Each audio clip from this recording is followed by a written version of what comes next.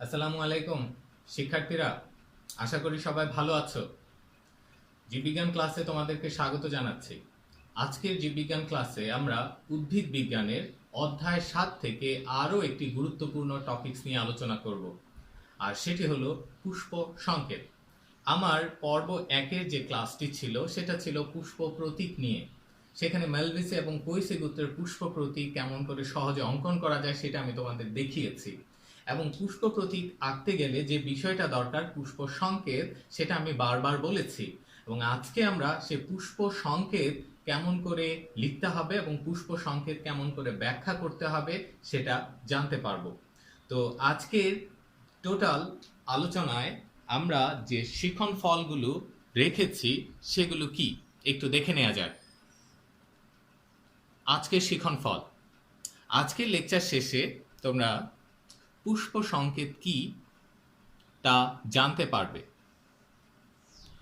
ম্যালভিসি গোত্রের পুষ্প সংকেত জানতে পারবে ও ব্যাখ্যা করতে পারবে। পোয়েসি গোত্রের পুষ্প সংকেত জানতে পারবে ও ব্যাখ্যা করতে পারবে। তো শিক্ষার্থীরা, শুরু করা যাক। প্রথমেই পুষ্প সংকেত কি। তোমরা দেখতে পাচ্ছ যে সংকেতের সাহায্যে একটি ফুলের লিঙ্গ, বিভিন্ন স্তবক এবং প্রতিটি স্তবকের সদস্য সংখ্যা, তাদের অবস্থান, সংযোগ ও বিন্যাস ইত্যাদি ব্যাখ্যা করা যায়, তাকে পুষ্প সংকেত বলে। তাহলে আশা করছি তোমরা এই সংজ্ঞাটা খাতায় লিখে ফেলেছ। এবারে আমরা জানব যে একটি পুষ্প সংকেত লিখতে গেলে বা ব্যাখ্যা করতে গেলে যে প্রতীকগুলো দরকার হয়, যে বর্ণমালাগুলো দরকার হয়, সেগুলো সম্পর্কে আমি টোটাল একটা লিস্ট তোমাদেরকে দিয়ে দিব, যেটা তোমরা খাতায় তুলে নেবে। এই লিস্টের প্রত্যেকটা বর্ণমালা সম্পর্কে তোমরা পরিচিত হলেই তোমরা খুব সহজে পুষ্প সংকেত ব্যাখ্যা করতে পারবে। তাহলে তোমরা খাতাতে স্কেল এবং পেন্সিল দিয়ে একটি বক্স তৈরি করে ফেলো। এই বক্সে 2টা কলাম হবে। তাহলে শুরু করা যাক। এখানে আমি একটি বক্স তৈরি করছি এবং এই বক্সের যে টাইটেল যেটা হচ্ছে সেটা লিখবে পুষ্প সংকেতে ব্যবহৃত প্রতীক বা বর্ণমালা বা চিহ্ন। তো পুষ্প সংকেতে ব্যবহৃত প্রতীক, বর্ণমালা বা চিহ্ন। ওকে, তো এইটার জন্য যে বক্সটা তৈরি করতে হবে সেই বক্সে 2টা কলাম রাখবে। এক পাশে আমরা লিখবো যে পুষ্পের বিভিন্ন অংশ, এবং আরেক পাশে হচ্ছে সেটা প্রকাশ করার জন্য কোন বর্ণমালা বা প্রতীক বা চিহ্ন আছে সেটা। তো এখানে 2টা কলামের প্রথম কলামে আমি রাখছি পুষ্পের অংশ। তো পুষ্পের অংশ বা পুষ্প, আর এইখানে হচ্ছে ব্যবহৃত বর্ণমালা। বর্ণমালা বা চিহ্ন হতে পারে, যে চিহ্ন দিয়ে আমরা আসলে ওই অংশটাকে আইডেন্টিফাই করছি। ওকে, তো শুরু করা যাক। কি কি লাগবে আমি নরমালি তোমাদের এই পুষ্প সংকেতে যতগুলো চিহ্ন বা বর্ণমালা আছে সবগুলো এই লিস্টে নিয়ে আসবো। তো কোনো ধরনের কোনো অসুবিধাই হবে না একটি পুষ্প সংকেত ব্যাখ্যা করতে। তাহলে শুরু করছি আমরা। যদি স্ত্রী পুষ্প হয়, এইটাকে যে প্রতীক বা চিহ্ন দিয়ে এক্সপ্রেস করা হয় সেটা হলো এইরকম। নাম্বার 2, পুরুষ পুষ্প, এইটাকে এইরকম চিহ্ন দিয়ে প্রকাশ করা হয়। আর যদি তোমরা জানো অধিকাংশ ফুলই হচ্ছে উভলিঙ্গিক, তো যদি ফুলটি উভলিঙ্গ হয়, উভলিঙ্গ পুষ্প হয়, তখন জাস্ট এই দুইটাকে জোড়া লাগাই দিতে হবে। তার মানে হচ্ছে দেখো মাঝখানে এই বৃত্তটা দিয়ে উপরে টুপির মতো করে দিয়ে নিচে এরকম। তাহলে এই চিহ্নটা বা এই প্রতীকটা থাকলে তুমি বুঝে যাবে যে এটি উভলিঙ্গিক। যদি এমসিকিউতে তোমাকে দেয়া হয় যে এই নিচের চিহ্নটি দিয়ে কি বোঝাচ্ছে, কোন ধরনের ফুল বোঝাচ্ছে, তখন তুমি ইজিলি বলবা এটা উভলিঙ্গিক, কারণ এটাতে পুরুষ এবং স্ত্রী দুইটা চিহ্নকেই জোড়া লাগানো হয়েছে। ওকে, নেক্সট 4 নম্বর। একটি ফুলকে একটি বার সমান দুটি অংশে ভাগ করা যায়, আবার একাধিকবার সমান দুটি অংশে ভাগ করা যায়। যদি ওই ফুলটাকে মাত্র একবার সমান 2 অংশে ভাগ করা যায় তখন তাকে আমরা বলবো এক প্রতিসম পুষ্প। আর যদি ওই ফুলটাকে একাধিকবার সমান দুই অংশে ভাগ করা যায় তখন তাকে বহু প্রতিসম পুষ্প বলা হয়। তোমরা জানো যে জবা যে কমন একটা ফুল, এই জবাকে একাধিকবার সমান অংশে ভাগ করা যায়। তো এই জন্য জবা হচ্ছে একটি বহু প্রতিসম পুষ্প। তো আমরা আগে লিখছি এক প্রতিসম যদি হয়, তো এক প্রতিসম যদি হয় ফুলটি, তো সেই ক্ষেত্রে এইটাকে এইরকম বা এইরকম পার্সেন্টেজ আকার দিয়ে এইরকম ভাবে চিহ্ন দিয়ে প্রকাশ করা হয়। নেক্সট হচ্ছে বহু প্রতিসম। তো বহু প্রতিসম পুষ্প, যেটা কিনা জবার ক্ষেত্রে মনে রাখবে এক প্রতিসম পুষ্প হচ্ছে ধান পোয়েসির ক্ষেত্রে, আর বহু প্রতিসম পুষ্প হচ্ছে মালভেসির ক্ষেত্রে, সেটা হচ্ছে জবা। আর বহু প্রতিসম পুষ্পকে এই রকম প্রতীক দিয়ে এক্সপ্রেস করা হয়। তো এই প্রতীকটা থাকলে তুমি নির্দ্বিধায় বলে দিবে এটা বহু প্রতিসম পুষ্প। ওকে, আর কি কি আছে একটু দেখে নেওয়া যায়।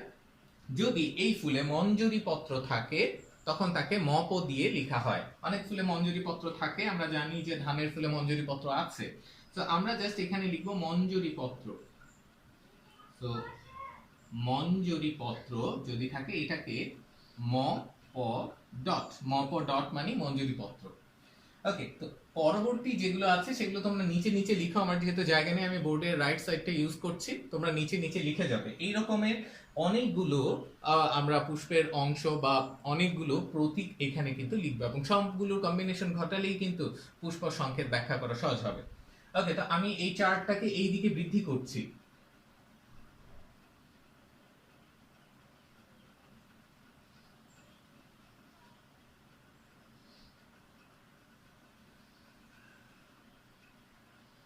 ওকে, সো বরাবরের মতো এটা পুষ্পের অংশ এবং এটা হচ্ছে ব্যবহৃত চিহ্ন বা প্রতীক। আমরা এখানে নাম্বার 7 এ চলে যাচ্ছি। তো যদি মঞ্জুরি পত্র হয় মপ, অনেক ক্ষেত্রে ফুলে উপমঞ্জুরি পত্র থাকে, মঞ্জুরি পত্র থাকলে উপমঞ্জুরি পত্র থাকে। তো উপমঞ্জুরি পত্র,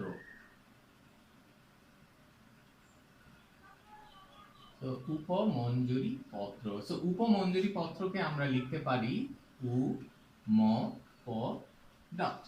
ওকে, আর যেগুলো আছে আমরা সিরিয়ালি লিখে ফেলবো ওয়ান বাই ওয়ান। নেক্সট উপবৃত্তি, অনেক ফুলে উপবৃত্তি পাওয়া যায়। যদি উপবৃত্তি পাওয়া যায় সেক্ষেত্রে আমরা উ দেন হচ্ছে বৃ ডট এভাবে লিখব। নেক্সট নাম্বার 9, ফুলে আমরা জানি বৃত্তি পাওয়া যায়, আর বৃত্তিকে লিখব প্রথম বর্ণমালাটা দিয়ে বৃ। আর আমরা জানি যে বৃত্তির একক যেটা সেটা হচ্ছে বৃত্তাংশ। তো বৃত্তির একক বৃত্তাংশ, এটা আমরা উইদিন ব্র্যাকেটে লিখে রাখতে পারি। নেক্সট নাম্বার 10, ফুলের আরো যে অংশ আছে দলমণ্ডল। সো দলমণ্ডল অ্যাকচুয়ালি হচ্ছে পাপড়িগুলোর সমষ্টি। একটা ফুলের সবগুলো পাপড়িকে একসাথে একটি স্তবকে নাম দেয়া হয় যেটার নাম হচ্ছে দলমণ্ডল। এবং দলমণ্ডলকে সিম্পলি তুমি দ দিয়ে লিখবে। আর দলমণ্ডলের একক হচ্ছে আমরা জানি পাপড়ি। তো পাপড়িটাকে আমরা উইদিন ব্র্যাকেটে লিখে রাখলাম।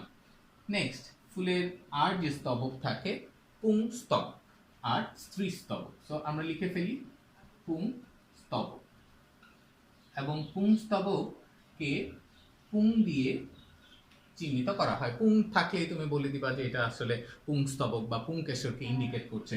এবং পুংস্তবকের যে একক সেটা হচ্ছে পুংকেশর। তো আমরা পুংকেশরটা উইদিন ব্র্যাকেট লিখে রাখবো। পুংস্তবকের একক, প্রত্যেকটা ব্র্যাকেটের ভেতরে তার এককটা লেখা আছে। সবগুলো পুংকেশর মিলে একটি পুংস্তবক।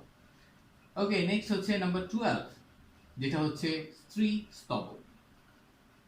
স্ত্রী স্তবক, আর স্ত্রী স্তবকের একক হচ্ছে স্ত্রী কেশর। স্ত্রী স্তবকের একক স্ত্রী কেশর, এবং এটা এখানে যেভাবে লেখা হয় সেটা হচ্ছে গ। আমরা জানি যে গর্ভাশয় স্ত্রী স্তবককে রিপ্রেজেন্ট করে, তাই স্ত্রী স্তবককে আমরা চিহ্নটা যেটা লিখি সেটা হচ্ছে গ। তা এখন দেখো এখানে শেষ হয়ে যায়নি, আমাদের আরো কতগুলো ব্যাপার আছে, আরো কতগুলো চিহ্ন ব্যবহার করি। তো বোর্ডের আমি এই পাঁচটা মুছে ফেলছি, আশা করি এই অংশটা তোমরা লিখে ফেলেছো। তো নেক্সট যে অংশগুলো আছে এখানে আমরা 12টা লিখেছি, আরো কয়েকটা অংশ এখানে হবে এবং সেই অংশগুলো আমি আবার লেফট সাইডে লিখে ফেলবো এবং তোমরাও এইভাবে লিখবে। ওকে, দেখো স্ত্রী স্তবক হয়ে গেল নাম্বার 12। এবারে 13 নম্বরে আমি চলে আসছি। এক্ষেত্রে দেখো ফুলের চারটাই প্রধান স্তবক হয়ে গেল, বৃতি, দল, পুংস্তবক, স্ত্রী স্তবক। অনেক ক্ষেত্রে দেখা যায় যে কিছু কিছু ফুলে বৃতি এবং দলকে আলাদা করা যায় না, মানে হচ্ছে বৃত্তাংশ এবং পাপড়ি আলাদাভাবে বোঝা যায় না, মনে হয় যে না একই সাথে তারা লেগে আছে, একটাই স্তবক বলে মনে হয়, এবং ওই ক্ষেত্রে এই অংশটাকে পুষ্পপুট বলে। মানে যখন বৃতি ও দলকে আলাদা করা যায় না তখন তাকে পুষ্পপুট বলে। তো পুষ্পপুট যদি ফুলের ক্ষেত্রে থাকে তখন তাকে পুষ্পপুটকে পু দিয়ে প্রকাশ করা হয়, এবং পুষ্পপুটের একক, প্রত্যেকটি একককে বলা হয় টেপাল। ওকে, নেক্সট হচ্ছে নাম্বার 14 এ আমরা চলে যাই। যদি দেখা যায় ফুলের অংশগুলো, ধরো এক একটা স্তবক, যেমন বৃত্তি একটা স্তবক, বৃত্তির যে অংশগুলো বৃত্ত অংশ, প্রত্যেকটা বৃত্ত অংশ যদি একে অন্যের সাথে লেগে থাকে তখন তাকে বলা হয় যুক্ত। আর যদি বৃত্তিগুলো কেউ কারোর সাথে না লেগে থাকে তখন তাকে বলা হবে মুক্ত। তো যুক্ত আছে না মুক্ত আছে সেটা আমরা বুঝতে পারবো একটা প্রতীকের সাহায্যে বা একটা চিহ্নের সাহায্যে। তো যদি যুক্ত থাকে তখন তাকে প্রথম বন্ধনীর মধ্যে লিখতে হয়। ধরো এই চিহ্নটা যদি থাকে তাহলে আমরা বুঝবো যে ওই অংশগুলো যুক্ত আছে, আর যদি এই চিহ্নটা না থাকে তাহলে আমরা নির্দ্বিধায় বলে দিব যে তারা মুক্ত আছে। তার পরবর্তীতে আমরা যে অংশে চলে যাব সেটা হচ্ছে সংযোগ। দুই বা ততোধিক স্তবকের মধ্যে যদি সংযোগ বুঝায় তখন একটি বার চিহ্ন দিতে হয়। যেমন ধরো সংযোগ, পাপড়ির সাথে যদি পুংকেশর সংযুক্ত থাকে তখন আমরা এই পাপড়ি এবং পুংকেশর মানে হচ্ছে দ এবং পু, এই দুইটার উপরে একটা কমন দাগ দিব, এইটাকে সংযোগ রেখা বলা হচ্ছে।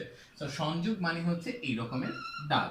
আমরা প্রায় শেষ দিকে চলে এসেছি, আমরা আরো দুইটা লিখবো এখানে, নম্বর 16 এবং নম্বর 17। দুইটা বিষয় আর বাকি আছে, সেটা হচ্ছে গর্ভাশয়ের ক্ষেত্রে।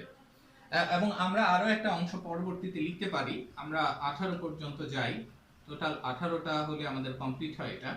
তো গর্ভাশয়ের ক্ষেত্রে আমরা দেখব এখানে গ দিয়ে গর্ভাশয় বুঝাচ্ছে বা স্ত্রীকেশর বুঝাচ্ছে। একটা ফুলে গর্ভাশয়টা অন্য স্তবকের তুলনায় কোথায় আছে সেটার উপর ডিপেন্ড করে গর্ভাশয় দুই রকম, একটা হচ্ছে অধিগর্ভ আর একটা হচ্ছে অধগর্ভ। সো দেখো, যদি গর্ভাশয়টা হয় অধিগর্ভ তাহলে গ লিখে অন্য অংশগুলো নিচে অবস্থান করে বলে এখানে নিচে একটা দাগ দেয়া হয়। মানে অধিগর্ভ মানে যে ফুলের গর্ভাশয় অন্য অংশগুলোর চেয়ে, অন্য স্তবকের চেয়ে উপরে অবস্থান করে।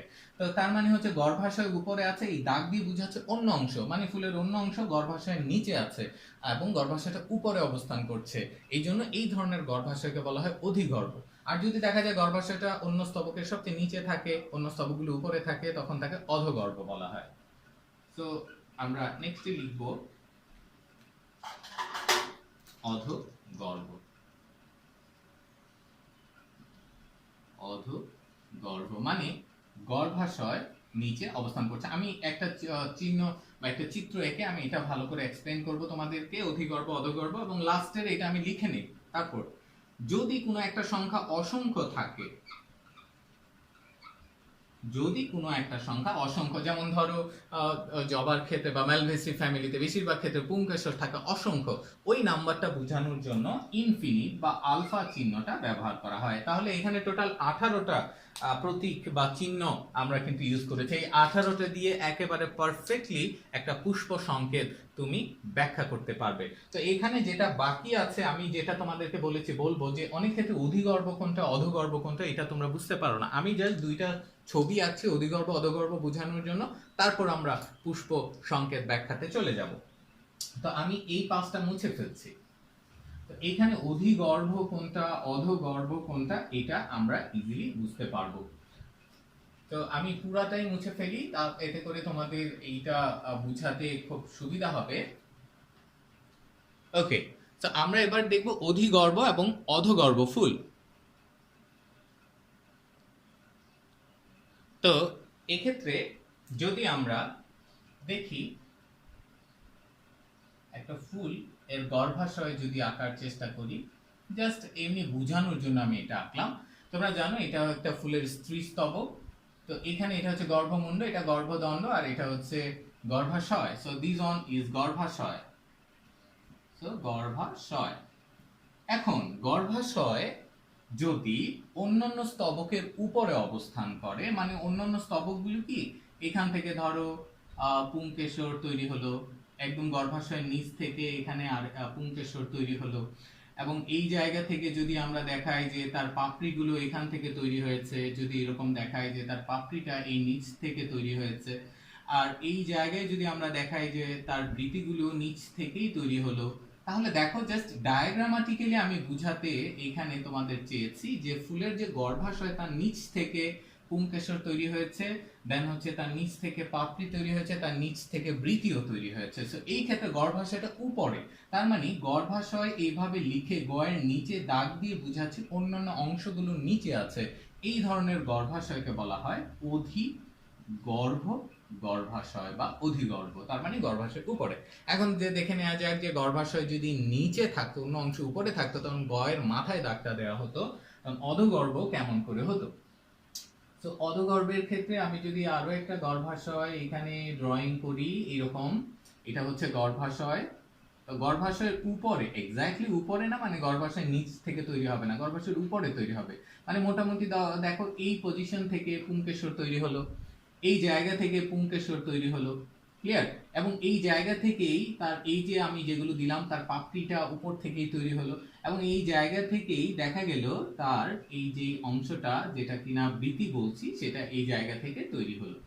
তো এই যে দেখো এই বিষয়গুলো যে গর্ভাশয়ের উপরে বা এক্স্যাক্টলি উপরে না, কিছুটা উপর থেকে বৃতি, পাপড়ি এবং পুংকেশর তৈরি হয়েছে, তার মানে গর্ভাশয়টা এক্ষেত্রে নিচে আছে, তার মানে গটা নিচে আছে, গ এর উপরে একটা দাগ দিয়ে বুঝাবো যে অন্যান্য অংশগুলো গর্ভাশয়ের উপরে, তাই এই ক্ষেত্রে এই চিহ্নটা দিয়ে বুঝানো হবে অধগর্ভ।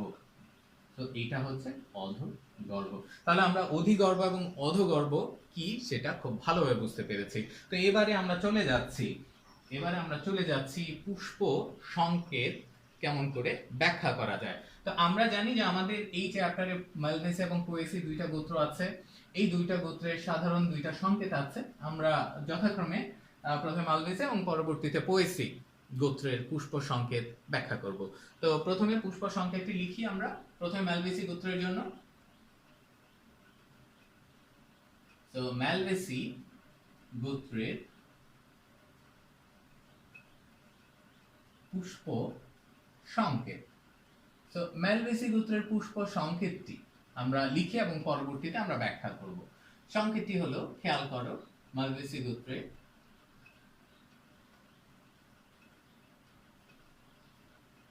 বহু প্রতিসম উভলিঙ্গিক উপবৃত্তি আছে, এবং সেটা হচ্ছে 5টা বৃত্তি আছে, 5টা, এবং এরকম ব্র্যাকেটে থাকে, দেন হচ্ছে দতে দল 5টি, পুংকেশর অসংখ্য থাকে এবং দ আর প যুক্ত থাকে, এগুলো ব্যাখ্যায় লিখতে হবে আমাদের, আর হচ্ছে গ এর নিচে এরকম দাগ থাকে অধিগর্ভ বলে, আর এখানে 5টা, 5 থেকে 10টাও হতে পারে যদি এরকমের একটা সংকেত তোমাকে দেয়। তো যদি এরকমের একটা সংকেত দেয়া থাকে, এটা হচ্ছে ম্যালভেসি গোত্রের পুষ্প সংকেত। এই সংকেতটা এবারে তোমাকে ব্যাখ্যা করতে হবে। তো শুরু করা যাক এই সংকেতের ব্যাখ্যা। সো প্রথমে এখানে যা আছে এইটা, এই চিহ্নটা তুমি জাস্ট, তোমাকে যে চার্টটা আমি লিখে দিয়েছি সেই চার্টটাকে ফলো করো, সেই চার্টটার মধ্যে এই প্রতীকটা বা এই চিহ্নটা দিয়ে কি বোঝাচ্ছে সেটা একটু দেখো, প্রত্যেকে চেক করো, দেখো ওখানে লেখা আছে কিনা যে বহু প্রতিসম। এই চিহ্নটা দিয়ে বোঝায় ফুলটি বহু প্রতিসম, আর পরের চিহ্নটা দিয়ে বোঝাচ্ছে এই ফুলটি উভলিঙ্গিক, স্পষ্টতই চার্টে কিন্তু আছে।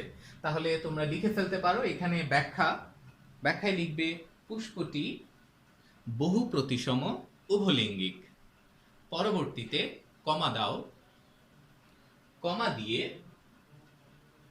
এইটার জন্য চলে গেল, সেমিকোলন দিবে, অ্যাকচুয়ালি সেমিকোলন দিয়ে উবৃ এর জন্য এই বিষয়টা লিখবে। উবৃতে বোঝায় উপবৃত্তি, এবং উপবৃত্তি দেখো এখানে আছে, উপবৃত্তি হচ্ছে 5টি, তাহলে তোমরা লিখবে উপবৃত্তি 5টি, এবং উপবৃত্তি 5টি কিন্তু এখানে দেখো ব্র্যাকেটের মধ্যে নাই, তাই এরা মুক্ত। তো এই বিষয়টা তোমাদের বলেছি, যদি ব্র্যাকেট থাকে তাহলে সংযোগ বোঝায়, মানে তাদের যুক্ত বোঝায়, ব্র্যাকেট না থাকলে মুক্ত বোঝায়, তাহলে লিখো উপবৃত্তি 5টি মুক্ত, সেমিকোলন দাও, তারপর লিখবে বৃত্তে বৃত্তাংশ লিখবে বৃত্তাংশ 5টি কমা যুক্ত, কারণ ব্র্যাকেটের মধ্যে আছে এরা। দেন সেমিকোলন দাও, সেমিকোলন দিয়ে লিখবে দতে হচ্ছে দলমণ্ডল, যার একক হচ্ছে পাপড়ি, লিখবে দলমণ্ডল 5টি কমা মুক্ত, এরা মুক্ত অবস্থায় আছে। দেন হচ্ছে পুং, পুংতে বুঝাচ্ছে পুংকেশর, পুংকেশর এখানে আলফা নাম্বার দেয়া আছে, পুংকেশর আলফা দিয়ে বুঝাচ্ছে পুংকেশর হচ্ছে এখানে অসংখ্য। তো পুংকেশর অসংখ্য, এবং পুংকেশর অসংখ্য এবং তারা হচ্ছে যুক্ত আছে, যেহেতু হচ্ছে এখানে ব্র্যাকেট আছে। আর আরেকটা বিষয় খেয়াল করো যে দ এবং পুং এর উপরে কিন্তু একটি দাগ আছে, যেটা দিয়ে বুঝাচ্ছে পুংকেশর গুলো দলমণ্ডলের সাথে যুক্ত, মানে পুংকেশর পাপড়ির সাথে যুক্ত। এক্ষেত্রে আমরা যে টার্ম ব্যবহার করি সেটা হচ্ছে দললগ্ন, মানে পুংকেশর গুলো দলের সাথে লেগে আছে, মানে পাপড়ির সাথে লেগে আছে, মানে দললগ্ন হয়ে আছে। তাহলে আমরা লিখবো পুংকেশর অসংখ্য কমা হচ্ছে যুক্ত কমা হচ্ছে দললগ্ন, তারপর সেমিকোলন দিব।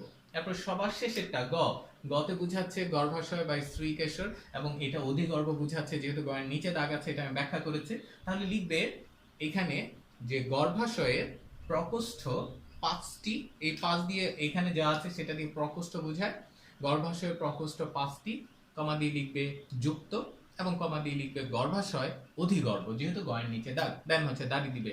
এইভাবে ব্যাখ্যাটা কিন্তু তোমরা কমপ্লিট করবে। তাহলে মালবেসি গোত্রের পুষ্প সংকেত এবং এর ব্যাখ্যা তোমরা দেখতে পাচ্ছ এবং তোমরা লিখতে পেরেছ, আমি আশা করি।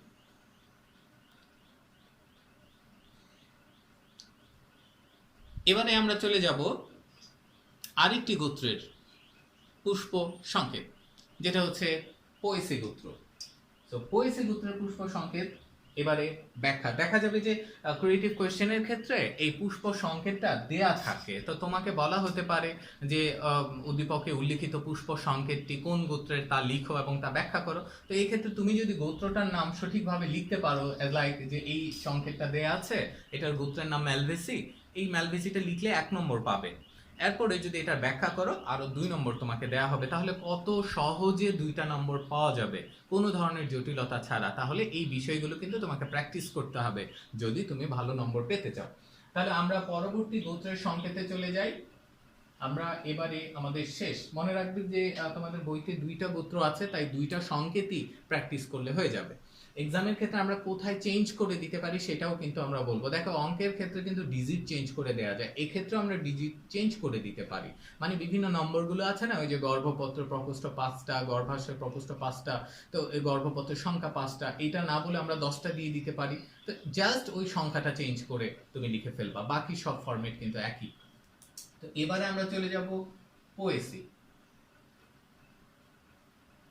তো পোয়েসি গোত্রের পুষ্প সংকেত মানে হচ্ছে ধানের পুষ্প সংকেত, আর ম্যালভেসি গোত্রটা মেইনলি আমরা জবার পুষ্প সংকেতটাই পড়েছি।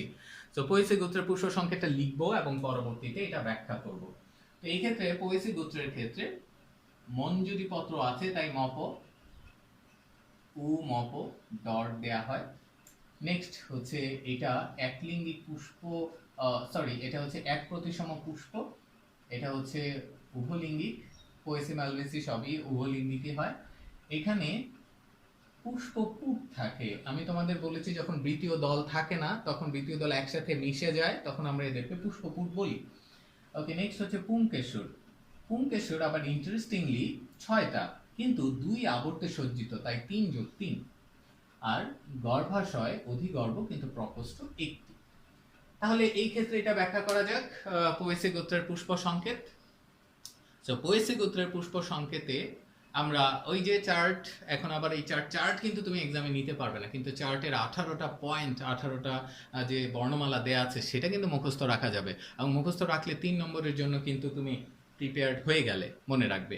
তো এক্ষেত্রে চার্ট দেখে দেখো মপতে কি আছে। তুমি যেটা করবে এখানে এই বরাবর তুমি যেখানে এটা লিখছো বরাবর এটা নিচে লিখবে ব্যাখ্যা, এরপরে হচ্ছে এটা ব্যাখ্যা করবে।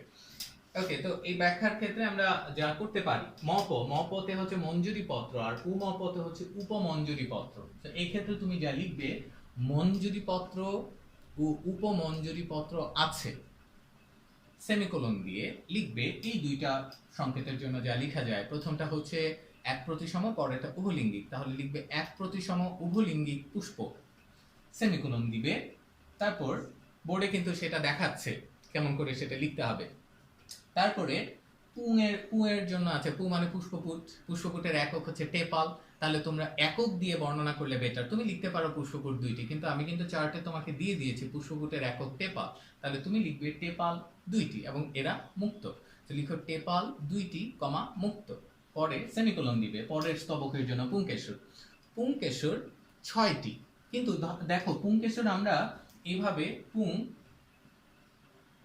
6 লিখতে পারতাম, তাহলে কিন্তু লিখতাম পুংকেশর 6টি, কিন্তু যেহেতু এখানে 3 + 3 3 + 3 দিয়েছে, মানে পুংকেশর 3 + 3 6টা, 2 আবর্তে সজ্জিত। মানে আমরা তো এটা ধানের ক্ষেত্রে লিখছি, ধানের ক্ষেত্রে যে পুংকেশর গুলো এরা না 2টা গ্রুপ করে থাকে। দেখো একটা গ্রুপের 3টা একদিকে এবং অন্য গ্রুপের বাকি 3টা অন্য দিকে অবস্থান করে, 3 3 6, তাই এটা যে 2 আবর্তে সজ্জিত তাই এটা লিখতে হবে। সো লিখবে পুংকেশর 6টি 2 আবর্তে সজ্জিত। দেন একটা স্তবক থেকে অন্য আরেকটা স্তবকে গেলে সেমিকোলন দিতে হয়, না দিলেও চলে, বাট এটা একটু রুলস এর মধ্যে পড়ে, সেমিকোলন দিবে। দেন গতে হচ্ছে স্ত্রীকেশর বা গর্ভাশয়, তো লিখবে গর্ভাশয়ে একটি প্রকোষ্ঠ আছে, আর গর্ভাশয় অধিগর্ভ না অধগর্ভ, অবশ্যই বুঝতেই পারছো, গ উপরে আছে তাহলে অধিগর্ভ, তাহলে গর্ভাশয় অধিগর্ভ, এটা লিখে তুমি একটি দাড়ি দিবে। তাহলে আমাদের এই পুষ্প সংকেতের, পোয়েসি গোত্রের পুষ্প সংকেতের ব্যাখ্যাটাও শেষ হলো। আজকের বায়োলজি ক্লাসটা এ পর্যন্তই। পরবর্তীতে আমি আবারও হাজির হব আরো একটি গুরুত্বপূর্ণ টপিকস নিয়ে।